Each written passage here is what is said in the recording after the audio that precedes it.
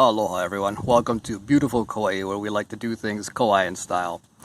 The owner of this vehicle reports that as she was driving around, the check engine light came on and the transmission indicator light on her instrument panel started flashing blue. So we're going to go ahead and hook up our scan tool, go for a test drive, and see what happens. So welcome, Ikomo mai, come on in, let's check this out. Alright, the first thing we're going to do is we're going to hook up our scan tool here. The purpose of this video is so that the average person using relatively inexpensive tools might have success in repairing their own vehicle. Anyway, I have an OTC scanner here, and I'm just going to plug it in, and we're going to go from there. Alright, we've found the data link connector, which is underneath the dashboard on the driver's side, about where the driver's knee would be, and we're just going to go ahead and plug our scan tool into that.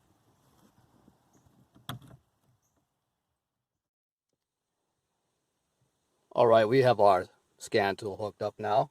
This is a relatively inexpensive scan tool, and you can buy a scan tool like this practically anywhere at an auto parts store or even at a Walmart or something like that.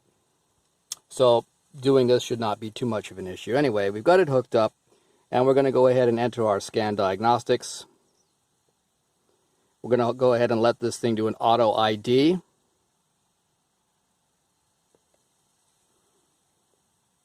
Please turn the key off for 10 seconds, and on.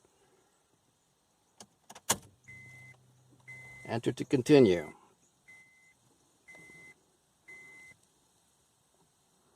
Okay, we're going to let this thing boot up and work a little bit. Is this a 2010 Honda Fit 1.5? Yes, it is.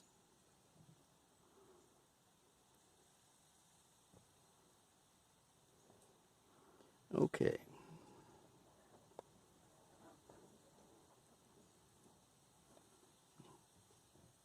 All right, so this thing should be communicating with our control modules now. It'll go through the whole list of control modules, whether it's the PCM, transmission control module, ABS module. If you had a more expensive meter, you could just detail what you wanted to go through, and I might be able to do it with this.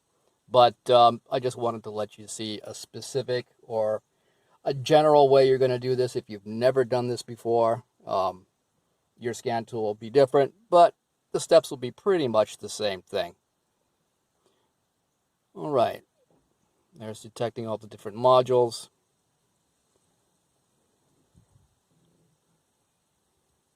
Rotate that a little bit. IM monitor test completed. Press enter to continue.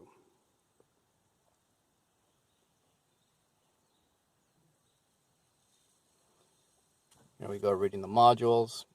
Okay, here's the quick test results. We have one code in the OBD2 section. So let's go ahead and go into there. And there's our code. P0847, transmission fluid pressure sensor, switch B circuit low. Okay, we've confirmed that this vehicle does indeed have a code. So I'm going to go and bring this thing on a test drive now. Try to confirm the flashing indicator light in the drive position on the dashboard. I'll show that to you here. Okay, we've moved the camera around to get a good view of the instrument cluster. The complaint was that the check engine light was on and the transmission indicator light was flashing blue. So let's take a look at that right now and see if we can confirm. Here's the check engine light right down here. And here's the transmission indicator. Right there, we're going to be looking for that D flashing. So I'm going to go ahead and start it up.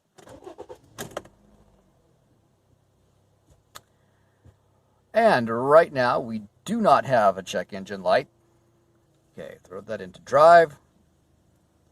The indicator has lit up, but it's not flashing at this time. So what I'm going to do is I'm going to take it for a ride and try to duplicate the symptoms. Okay, I've driven the car for about 15 minutes. In that time, The check engine light did not come on and the transmission indicator did not flash blue. So the next step on our diagnostic journey is to confirm P0847. So I'm going to look this up online. I'm going to do the research about it.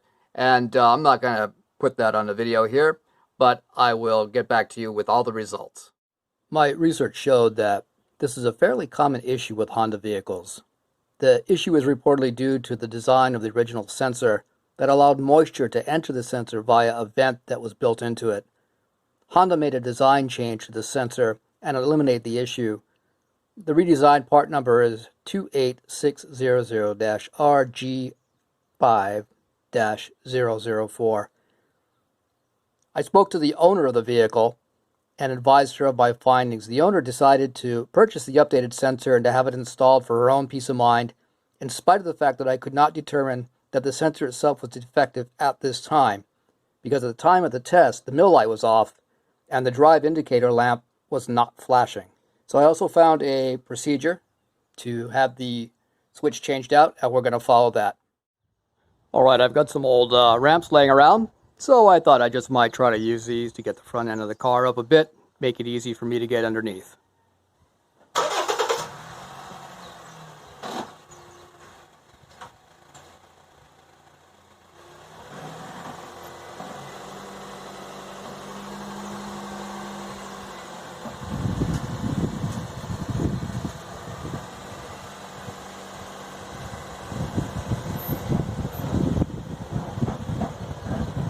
Just remember to set the parking brake and chock the rear wheels.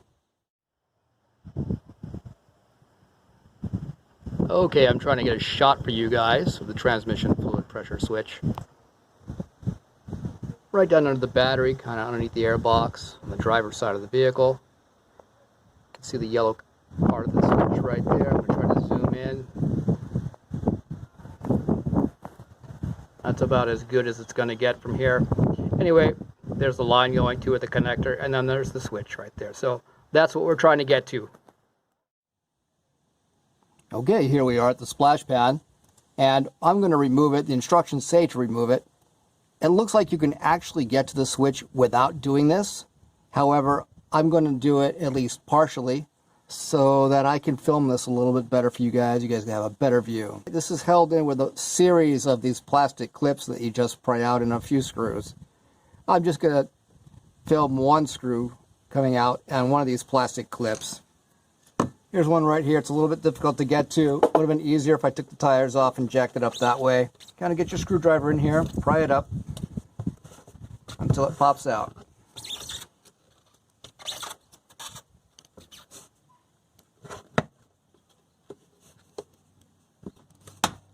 There we go.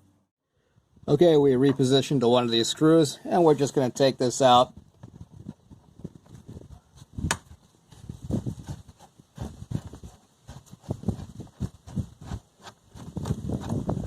So that splash pan is held in by just a series of screws and those little buttons that you push in and out.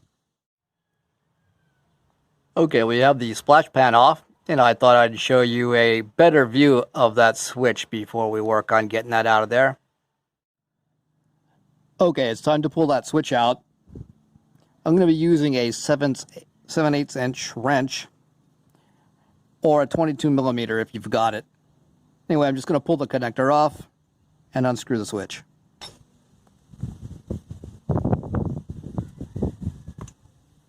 Connector off.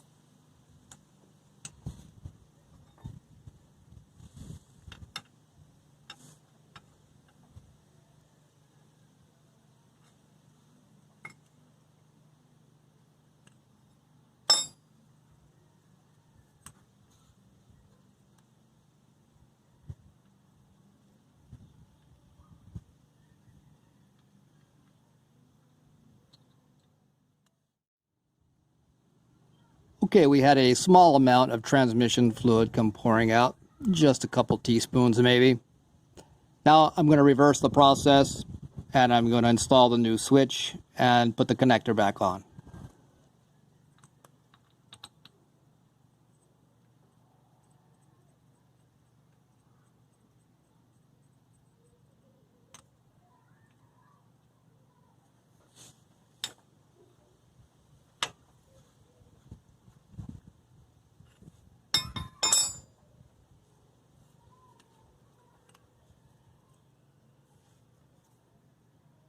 Connector looks good.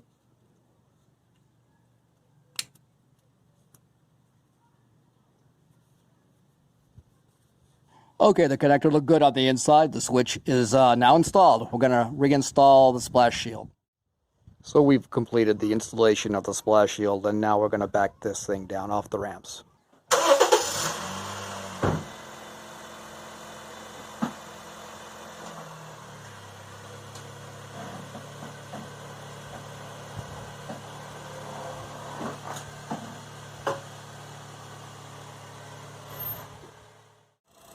So the next thing we're going to do is we're going to check the transmission fluid level. You want to pull the dipstick out, give it a quick wipe, stick it back in, pull it out, and see if the fluid level is within the crosshatched marked areas. Ideally, you want to do this when the car is at full operating temperature. Alright, looking at the dipstick, we can see the fluid level is between the crosshatched areas.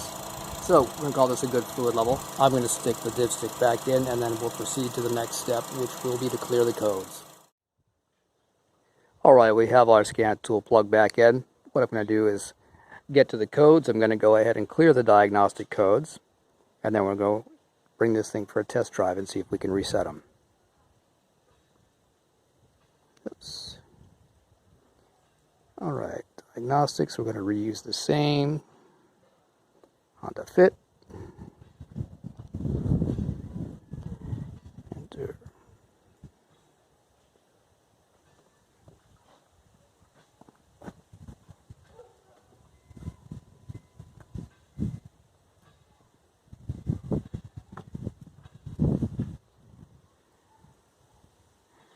Okay, we got the key on. I'm going to let the scanner do some work here, reconnect, and then we'll get to the section where we can clear out the codes and start this process again.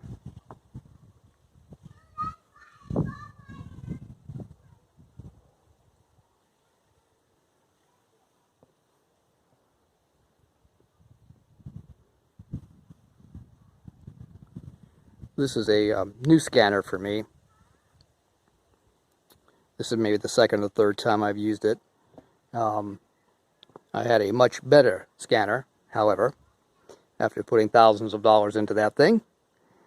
It ended up going to the great electronic junkyard of the sky, and I needed something right away, so I picked this one up.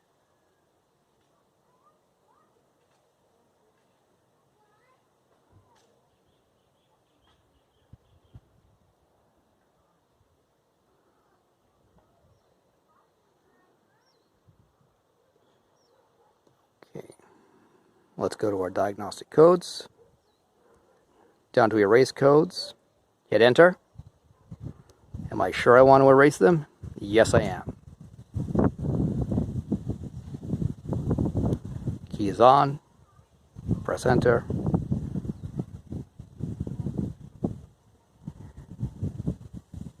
Okay, let's go ahead and confirm that the code was actually erased. So we're going to go through this process again. And it should show 0 codes at this time. But we want to make sure. Okay, at this time we're just going to go for a ride, see if we can reset the code, and then I'll check for codes afterwards. Okay, we're ready to go for a test drive. I just wanted to confirm that the check engine light was not on at this time, and it is not. Let's go ahead and put this into drive. Okay, we have a green D. What happens is when this code is being set, that D turns blue and flashes. So anyway, we're going to go for a ride now. Alright, final check. The check engine light is off.